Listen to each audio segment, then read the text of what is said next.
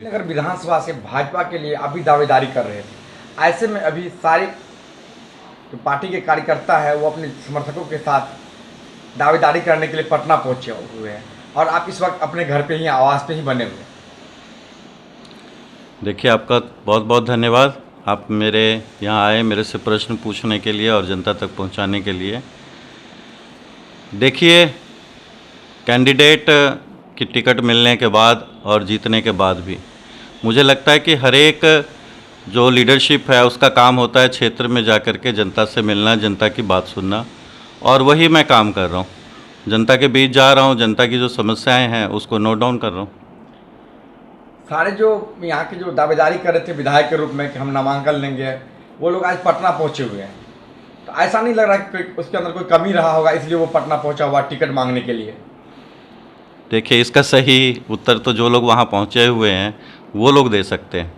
मैं तो अपनी बात कर सकता हूँ कि मेरे जिम्मे जो है वो यहाँ के क्षेत्र की जो अलीनगर विधानसभा है, जो आज की डेट में पूरे बिहार ही नहीं पूरे देश के अंदर एक हॉट सीट बना हुआ है, तो उस जनता की क्या समस्याएं हैं मैं उसको समझने की कोशिश कर रहा हूँ। यहाँ से यदि भाजपा किसी बाहरी नेता को यहाँ से भेजते हैं उम्मीदवार बना के, तो आप लोगों का प्रतिक्रिया क्या रहेगा उसमें?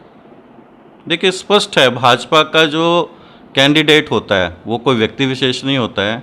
भाजपा जो है वो कमल के निशान ही हमारे लिए कैंडिडेट है, और जिसको भी वो निशान मिलेगा उसके साथ उसको जिताने का पूरा भरपूर प्रयास किया जाएगा। और वो जीता हुआ कैंडिडेट जो है, जो चुन करके आएगा, वो इस क्षेत्र के लिए काम करे, उसके पीछे जो है मैं वो हमेशा लगा रहूँगा। यहाँ से मैथिली ठाकुर का नाम आ रहा है कि वो मैथिली ठाकुर अलीनगर विधानसभा से चुनाव लड़ेगी, कितना सत्यता है इसके पीछे? देखिए, मैथिली ठाकुर बहुत ही सुप्रसिद्ध गायिका हैं और मैं उनका सम्मान करता हूँ, पूरा क्षेत्र भी उनका सम्मान करता है। और अगर उनका नाम आ रहा है तो ये शीर्ष नेतृत्व जो है उन्होंने विचार किया होगा, तभी वो बोल रही हैं। तो इसका जो है वो जो सही आंकलन है वो मैथिली ठाकुर और शीर्ष नेतृत्व दोनों के बीच का प्रश्न है। इसके बारे में मैं तो कुछ नहीं बोल सकता।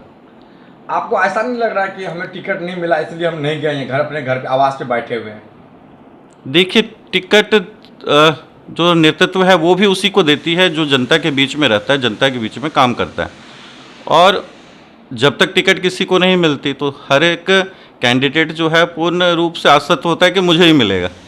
तो मुझे पूरा विश्वास है कि जो मेरी क्षमता है, जो मेरे इतने सालों का 29 वर्षों का अनुभव है समाज के बीच में काम करने का, तो नेतृत्व बिल्कुल निश्चित रूप से देख रही होगी। और मुझे पूर्ण विश्वास है कि कल आपके माध्यम से और सबके माध्यम से सूचना मिलने वाली है कि किसको मिलेगा। तो मैं इस बीच में जल्दबाजी नहीं करूंगा कि मुझे मिल रही है कि नहीं मिल रही है। मुझे विश्वास है कि जो फैसला आएगा नेतृत्व का वो बहुत ही उचित और अच्छा होगा। आखिर आपने अलीनगर विधानसभा के लिए क्या कुछ योगदान दिया अपना? देखिए, सबसे बड़ा योगदान है कि मैं इस मिट्टी से निकल करके और देश के किसी एक हिस्से में जा कर के मैंने यहाँ का मान बढ़ाया। आज मनोज कुमार झा कोई मोहताज नहीं है किसी नाम का। मनोज कुमार झा जिस क्षेत्र में भी रहा है वहाँ पे लोगों के बीच में समाज के लिए काम किया है, लोगों का काम किया है। इसलिए अगर आप सोशल मीडिया पे देख रहे होंगे तो मेरे बहुत ही समर्थक मेरे पक्ष में बोल रहे हैं, वो दूसरे राज्यों से भी हैं, यहाँ के तो हैं ही हैं। तो एक व्यक्ति जब छोटे स्तर से लेकर के एक शीर्ष तक पहुँचता है, एक समाज में अपना सम्मान करता है, तो उसे अनुभव होता है हर एक चीज़ों का। तो मैं अलीनगर के लिए यहाँ से भाग के लोग चले गए हैं। बहुत से ऐसे आप देखेंगे बड़े बड़े बुद्धिजीवी, बैंक के IAS IPS बिजनेसमैन अपने क्षेत्र को भूल जाते हैं, लेकिन मैंने वो सब चीज़ हासिल करके मैं पुनः यहाँ की सेवा करने के लिए आया हूँ।